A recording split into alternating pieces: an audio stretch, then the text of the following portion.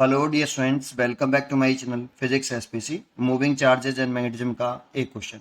To long straight wires P and Q carrying equal currents of 10 ampere each, wire kept parallel to each other at a distance 5 centimeter.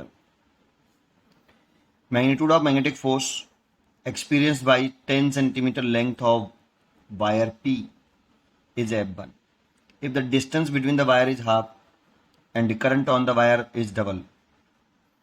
Force F2 on 10 centimeter length of wire P will be।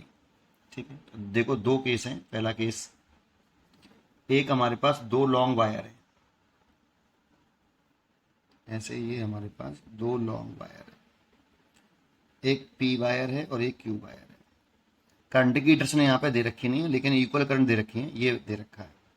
तो मैंने direction same मान ली है, I1 I2, और current I1 I2 यहाँ पे बराबर है 10 ampere. ठीक है, और जो परपेंडिकुलर सेपरेशन है D, यहाँ पे जो परपेंडिकुलर सेंटीमीटर है वो 5 सेंटीमीटर है। वायर P के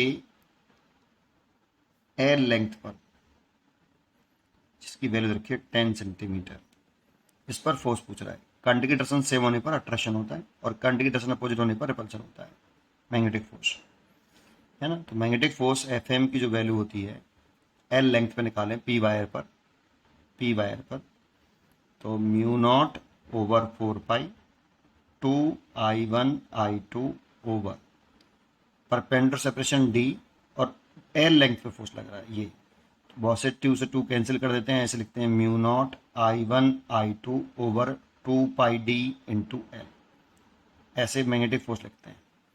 ठीक है, और ये क्वेश्चन में उसने F1 दे रखा है भाई, F1 लग रहा है, ये कह रहा है F1। ये फर्स्ट केस है।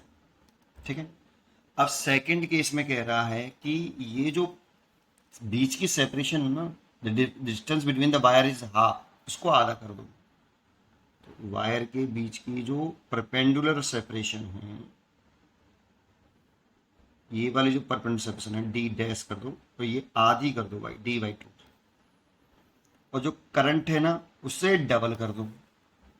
Current on them wire is double, तो I1 और I2 है तो बराबर, लेकिन जो पहले करंट थी, मान लो पहले करंट है I, उसको डबल कर दिया है 2I।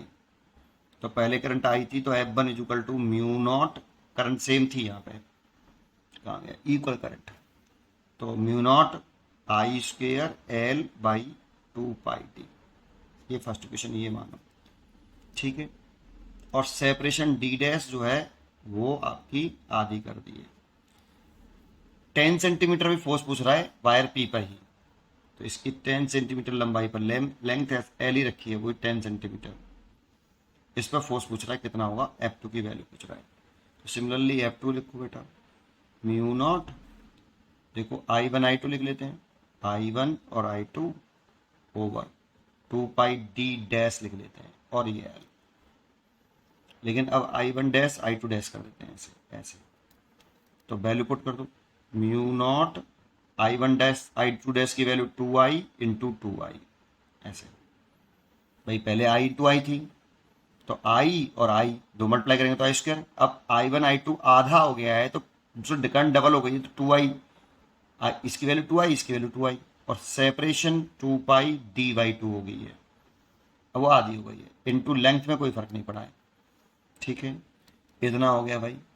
अब देखो जरा ढंग से, ये वाला जो 2 है और ये वाला 2 है और ये वाला 2, ये हो गया ऊपर चला गया, तो ये 8 हो गया बेटा, 4 और 2 8, बाकी का सब सेम निकाल लो, mu naught I square L बटे 2 pi D, mu naught I square L और 2 पाई डी। अब ये F2 हो गया, ये वाली वैल्यू आपको दिख रही होगी, F1 है, ये रही, तो F2 की वैल्यू हो गई 8 F1, ये लो खत्म, 8 F1 हो गया, ये ए चॉइस हो गई। ठीक है, पढ़ते रहिए और खुश रहिए।